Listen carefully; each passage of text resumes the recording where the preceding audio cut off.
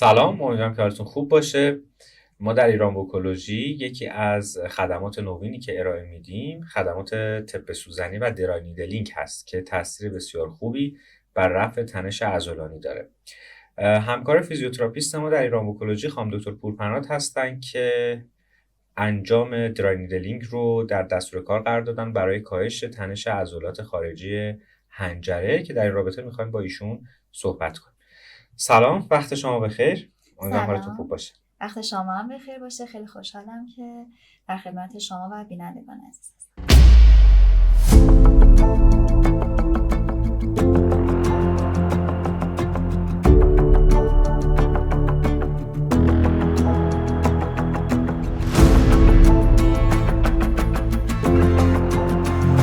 خب ما اول یه مقدار صحبت کنیم با هم در رابطه با تنش عضلات حنجره، چیزی که خب تقریبا همه خواننده ها دچارش میشن و در تایپ های عمیق‌تر که به عنوان یک بیماری خیلی مهم هم شناخته میشه و تاثیر زیادی روی صدای خواننده داره، اما با توجه به اون حالا سطح اضطراب و تنشی که امروز ما توی جامعه داریم تقریبا همه باهاش درگیر میشن خواه ناخواه، حتی اگر تکنیک های درست و خوبی هم داشته باشن.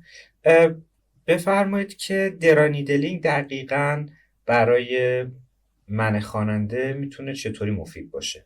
بله. خب اول همونطور که گفتید تنش عضلانی اکثر خواننده ها، گوینده ها، کسایی که خیلی با صداشون کار میکنن، دبیران عزیزمون، این افراد رو بیشتر درگیر میکنه. اما حالا در کل هممون شاید درگیرش بشیم به خاطر هم فشارهای روحی که گفتید. یک داد زدن حتی یک دفعه هم باشه ممکنه که یک فرد رو دچار تنش عضلانی بکنه. وقتی که همچین اتفاقی میفته برای خواننده های ما گستره اون صداشون کاهش پیدا میکنه، دچار شکست صوتی میشن، ممکنه خوب نتونن تحریر بزنن یا مثلا تحریرهاشون کند بشه و یا صداشون با فشار خارج بشه، یعنی خیلی زور صدا پیدا بکنن. ما توی ناحیه حنجره دو مدل عضله داریم. یه سری عضله های ما عضله های خارجی هستن. این عضلات یا عضلات اکسترنال با دست قابل لمس هستن که خب میدونیم بیشتر تکنیک های دستی ما روی این عضلات میتونه جواب بده و بیشتر روی اینها ما میتونیم مانور بدیم. اما دسته دوم دسته عضلات داخلی هستن، عمقی هستن که با وجود اینکه به شدت عضله های مهمی در صداسازی هستن، اما متاسفانه چون در عمق قرار گرفتن ما خیلی با لمس دستی نمیتونیم به اونها دسترسی داشته باشیم و گرفتگی های عضلانیشون رو باز بکنیم. حالا اتفاقی که در درای نیدلینگ میفته اینه که بیشتر علاوه بر تاثیرات خیلی مهمی که رو عضلات خارجی داره، بیشتر اثرش روی عضلات داخلی، عضلات عمقی هست که ما با دست نمیتونیم اونها رو آزاد بکنیم. درای نیدل رو ما در واقع منوال تراپی عمقی هم بهش میگیم، یعنی جایی که ما با دست نمیتونیم عضله رو باز بکنیم برای منوال تراپی عضله از درای نیدل استفاده میکنیم که خب باعث افزایش گردش خون اون ناحیه میشه و در واقع تغذیه عضلات رو بهتر میکنه از این طریق. و یک سری تریگر پوینت هایی که در عضله به واسطه خستگی عضله و کار نابجا و طولانی مدت کشیدن از عضله توش ایجاد شدن رو با این درای نیدل ها تحت تاثیر قرار میدیم و مستقیما باعث باز کردن اونها میشیم. درای نیدل میتونه نسبت به منوال تراپی طول جلسات رو برای این عضلات خیلی کاهش بده، اثرات بلند مدت تر و بیشتری ایجاد بکنه. ما در ایران بوکولوژی درای نیدلینگ رو با خانم دکتر بابازاده شروع کردیم که تجربه بسیار مثبتی بود، از همینجا بهشون سلام میکنیم. اما یه نکته خیلی جالبی که شما فرمودین توی صحبتاتون این بود که اسم دیگه درای نیدلینگ منوال تراپی عمقی، درسته؟ و خب این خیلی جالبه. ما تجربه بیمارانی هم که داشتیم این رو میگفتن که گویا اثر درای نیدلینگ تقریبا 2-3 برابر منوال تراپی هست. خب این دقیقاً یک اتفاق خیلی ویژه است، به خاطر اینکه من منوال تراپیست موقعی که دارم منوال تراپی انجام میدم روی حنجره بیمار به یه سری از تریگر پوینت ها برخورد میکنم زیر دستم و اونا رو لمس میکنم. خب من برنامه خاصی برای رفع اون تریگر پوینت ها ندارم به غیر از اینکه اون نقطه رو اونقدر فشار بدم و بیمار هم درد زیادی تحمل بکنه تا خون رسانی انجام بشه، اون گره باز بشه. درای نیدلینگ برای این تریگر پوینت ها به چه شکل میتونه عمل بکنه؟ درای نیدلینگ مکانیزم های مختلفی داره که در واقع شامل فیزیولوژیک، نوروفیزیولوژیک و مکانیکال هستش که حالا توی ویدیوهای قبلی هم راجع به اینا خانم دکتر بابازاده صحبت کردن. ببینید درای نیدلینگ میتونه مستقیما اون تریگر پوینت رو هدف قرار بده و اثرات خیلی بیشتری نسبت به ایسکمیک پرشر یا همین منوال تراپی فشاری که فرمودین داشته باشه، به خاطر اینکه خیلی از این تریگر پوینت های ما اینقدر مزمن شدن و از اون مدتی که ایجاد شدن گذشته که دیگه فقط با این ماساژ های ایسکمیک ممکنه نتونن برطرف بشن، ولی درای نیدل دقیقاً همونها رو هدف قرار میده و با پاسخهای رفلکسی که داخل اون عضله ایجاد میکنه میتونه کاملا این رشته های اکتینومیوزینی که توی هم فشرده شدن و داخل هم فرو رفتن رو باز بکنه، آزاد بکنه بافت رو و به این ترتیب میتونه یک اثر خیلی خیلی بیشتری نسبت به ایسکمیک پرشر داشته باشه. خیلی عالیه. من اینجا توضیح بدم. تریگر پوینت منظور اون فیبرهای عضلانی هست توی گردن و حنجره که روی همدیگه میافتن و گره میخورن و به اون نقطه خون رسانی انجام نمیشه و همین میشه عاملی برای دردناک شدنش که خب حالا معمولا خانم‌های خونه‌دار توی کمرشون بیشتر اتفاق میفته. حتما تجربهشو داشتن بیننده‌های عزیزمون. معمولا توی عضلات باسن، عضلات دست، کمر، این نواحی که بیشتر ما هم عضله ضعیفه و ما میایم یه کاری رو بهش تحمیل میکنیم که اصلا آماده اون نیست و این کار رو مداوم تکرار میکنیم. حالا ممکنه کارهای خونه باشه، حتی کارهای ریزی که به نظر نمیاد اونقدر فشار بیارن به ما، مثل جارو کشیدن، ولی وقتی که خیلی مکررن تکرار میشه این میکروتروماهای آسیب‌های ریزی که ایجاد میکنه رو هم جمع میشه و انگار عضله میبره، یعنی دیگه نمیتونه ادامه بده و دچار تریگر پوینت میشه. ما همه این صحبت‌ها رو تعمیم میدیم به حنجره. افراد دیگه اشتباهات تکنیکی دارن، وارماپ انجام نمیدن و با اشتباهات تکنیکی فشار تحمیل میکنن و حنجرهشون میشن مستعد دوچار شدن به تریگر پوینت. خب در خصوص درای نیدلینگ این صحبت برای خیلیا پیش میاد که آیا عوارضی هم ممکنه داشته باشه توی حنجره؟ ببینین عوارض درای نیدل خیلی به ندرت اتفاق میفته و کلا درمان سیفی محسوب میشه، اما به شرط اینکه ما آگاه باشیم از اینکه باید حتما به متخصصین این زمینه مراجعه بکنیم برای دریافت درای نیدل، چون متاسفانه امروزه افراد سودجویی هستن که میان حالا مردم رو گول میزنن و سعی میکنن از اعتمادشون سوء استفاده بکنن و درمان درای نیدل رو با وجود اینکه تنها توسط فیزیوتراپیست ها باید انجام بشه خودشون به کار میبرن. درای نیدل یکی از تخصص های فیزیوتراپی هست و به هیچ عنوان در کشور ما برای افرادی که فیزیوتراپیست نیستن مجاز نیست انجامش و کارگاه‌هاش فقط برای فیزیوتراپیست ها برگزار میشه. چه جالب. من چون شنیده بودم بعضی از همکاران گفتار درمان ما هم درای نیدلینگ رو توی کلینیکاشون انجام میدن، پس این کار غیر تخصصی و غیر قانونی محسوب میشه و احتمال آسیب هم خب قاعدتا وجود داره دیگه. زمانی که ما فقط یک قسمت از یک تخصص رو یاد میگیریم و نه پیش زمینه ای راجبش داریم، نه عمق اتفاقاتی که میخواد بیفته رو بدونیم، میتونه قطعا خطرات خیلی زیادی رو به دنبال داشته باشه، به ویژه در ناحیه گردن، به خاطر اینکه ما اینجا شریان‌های خیلی مهمی داریم، وریدهای خیلی مهمی داریم که اصلا خونرسانی به مغز رو بر عهده دارن و اگر که یک لحظه خطا بکنن به خاطر اینکه اون پیش زمینه رو ندارن، اون علم آناتومی کافی یا تکنیک رو درست بلد نیستن و صرفا تجربی یا با دیدن یاد گرفتن، میتونن خیلی آسیب زیادی بزنن به فرد.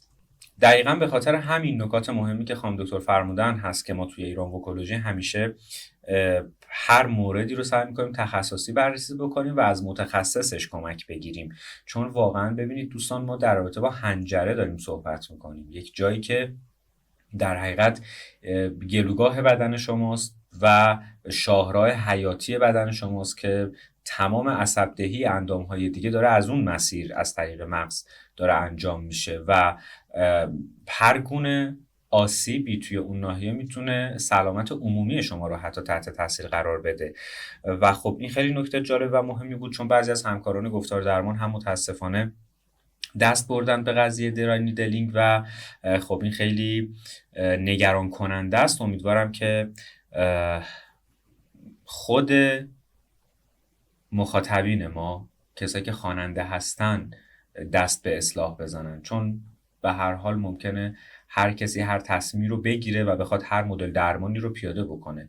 ما اینجا هدفمون اینه که این آگاهی رو به شما بدیم تا شما مطالبه بکنید از درمانگرتون. مطالبه بکنید که آگاهیشو بیشتر بکنه، مطالبه کنید که در جاهایی که بهش تخصصی نداره ورود نکنه.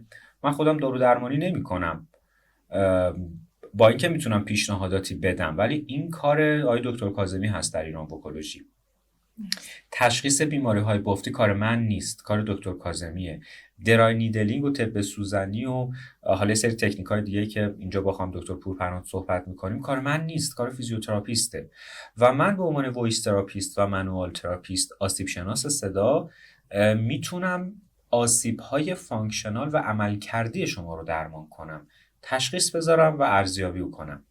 یا در خصوص تکنیک اینجا آقای مالکی، استاد مالکی عزیز هستن که برای ما کار تدریس صداسازی و آواز رو انجام میدن. خب در حوزه تکنیک هم که دیدید ویدیو میذاریم با آقای مالکی.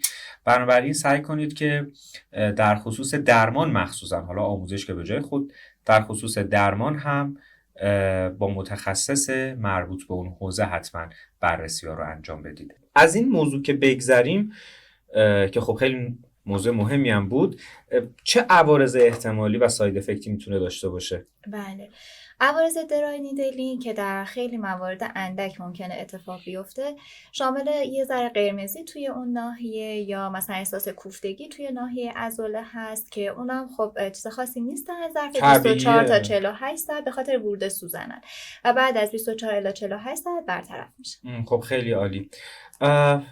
یکم فاصله بگیریم از بحث درای نیدلینگ. توی بحث منیپولیشن و منوال تراپی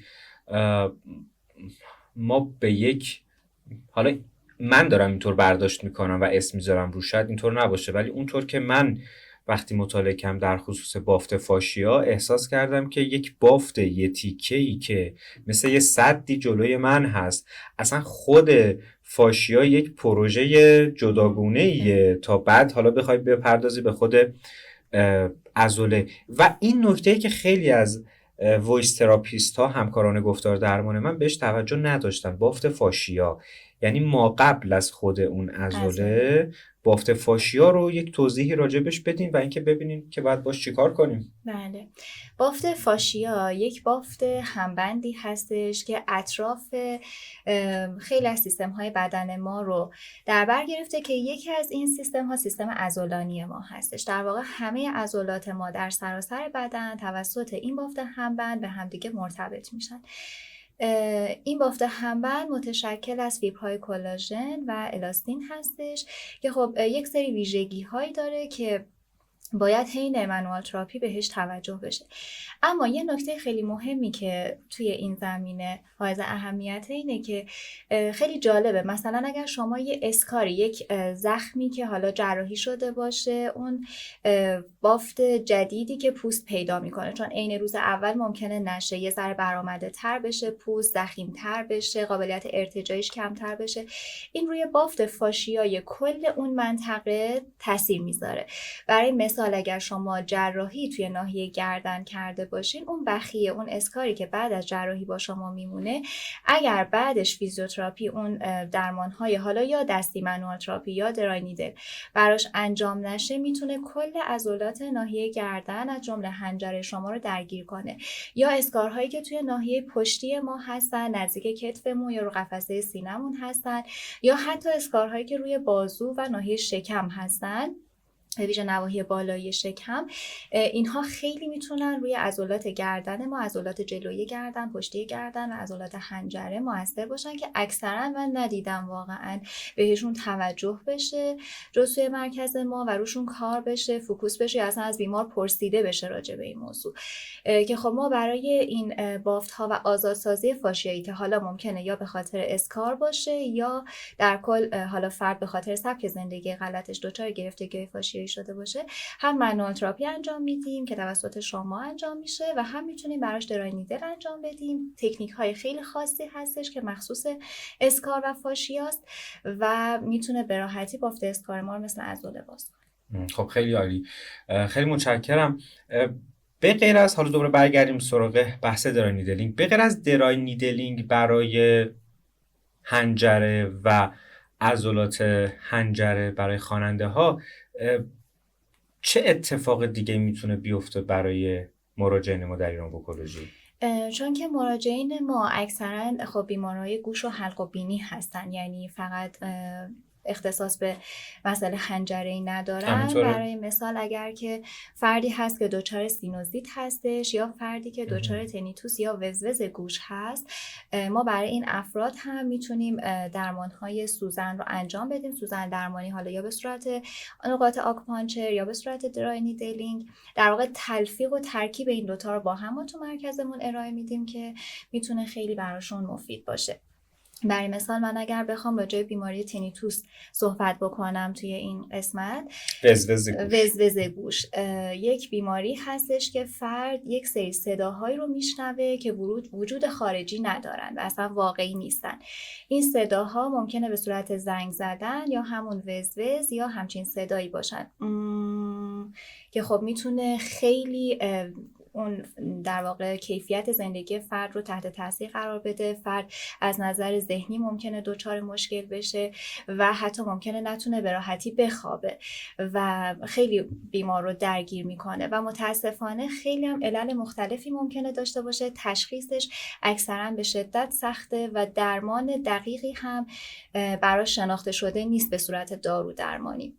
از جمله عللی که براش وجود داره مثلا وجود جسم خارجی در واقع حفره گوش هستش، عفونت‌ها هستن که بیشتر بچه‌ها رو درگیر میکنن، یا مشکلات قلبی عروقی مثل آنوریسم‌های عروقی یا بیماری‌های زمینه‌ای، دیابت، اینها همه میتونن ایجاد کنندش باشن. اما اون چه که ما در واقع توی این مرکز روش کار میکنیم وزوز گوشی هست که به علت گرفتگی‌های عضلانی و فاشیایی ناحیه گردن ایجاد شده و هم با تکنیک‌های درای نیدل میتونیم اونها رو برطرف بکنیم و هم با نقاط تب سوزنی که حالا یه سریش تو ناحیه گردن و پس سر هست، یه سریش توی اندام‌ها، دست و پا هست که برای فرد استفاده می‌کنیم. میتونه کلاً التهاب بدن رو کاهش بده، سیستم عصبی رو تحریک بکنه و گردش خون رو در بدن زیاد بکنه که توی مقالات دیده شده که به شدت روی وزوز گوش تونسته تاثیر بذاره روی مشکلی که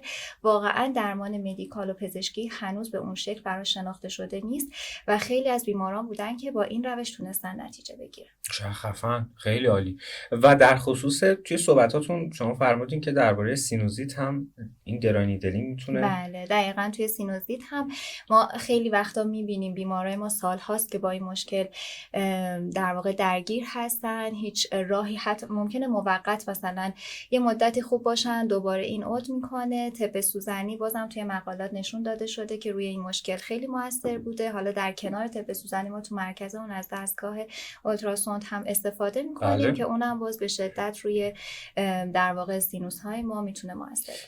خب خیلی جالبه و خیلی برای من جذاب بود این نکته و اینکه میشه از این درای نیدلینگ در درمان سینوزیت در کنار اون اولتراسونیک استفاده کرد. دقیقاً، یعنی یه ترکیب عالی میشن کنار هم دیگه و خوبیش اینه که این روش ها اصلا ساید افکت خاصی ندارن، خیلی ایمنن. شما اگر که هر دارویی مصرف بکنید ممکنه کلی عوارض جانبی داشته باشه در کنارش، ولی خب این درمان ها اصلا هیچ عوارض خاصی ندارن و به راحتی ما میتونیم ازشون استفاده کنیم و نتایج خیلی فوق العاده ای هم داشتیم. خب ما خیلی نتیجه خوبی که از اولتراسونیک گرفتیم بود که معمولا مثلا فرد طی یک جلسه، مثلا طی یک دوره 10 جلسه‌ای که اولتراسونیک استفاده می‌کرد ترشحاتش معمولا تا 4 ماه دیگه ترشحات اذیت کننده نداشت. این درای نیدلینگ در کنار اولتراسونیک طول درمان رو کوتاه‌تر میکنه یا روی کیفیت اثر میذاره؟ نه هر دو، یعنی هم طول درمان رو کاهش میده و ماندگاری درمان رو بالاتر میبره و ممکنه که حتی اون سطحی که ما به درمان با اولتراسونیک میرسیدیم رو اونو خیلی افزایشش بده، یعنی حتی چندین برابرش. چقدر عالی، خیلی خوبه. و این نکته رو هم من اضافه بکنم که طی هفته‌های آینده یک سورپرایزی براتون داریم در خصوص یک فناوری که کمک میکنه به تسریع بهبودی MTD و تنش عضلانی شما که در آینده بخوام دکتر پورپناه حتما دربارش صحبت میکنیم. فقط اینجا دیگه ما بحث رو جمع میکنیم و اگر صحبتی هست بفرمایید. من امیدوارم که واقعا همه اون کسایی که این ویدیو رو دارن نگاه میکنن یه مقدار آگاهیشون نسبت به روش‌های درمانی که وجود داره افزایش پیدا کرده باشه. ما رسالتمون همین بود که بتونیم این آگاهی رو افزایش بدیم و ایشالا دیگه شاهد این موضوع نباشیم که کسی سلامت بدنش رو دست افراد غیر متخصص بسپاره. خیلی ممنون، متشکرم.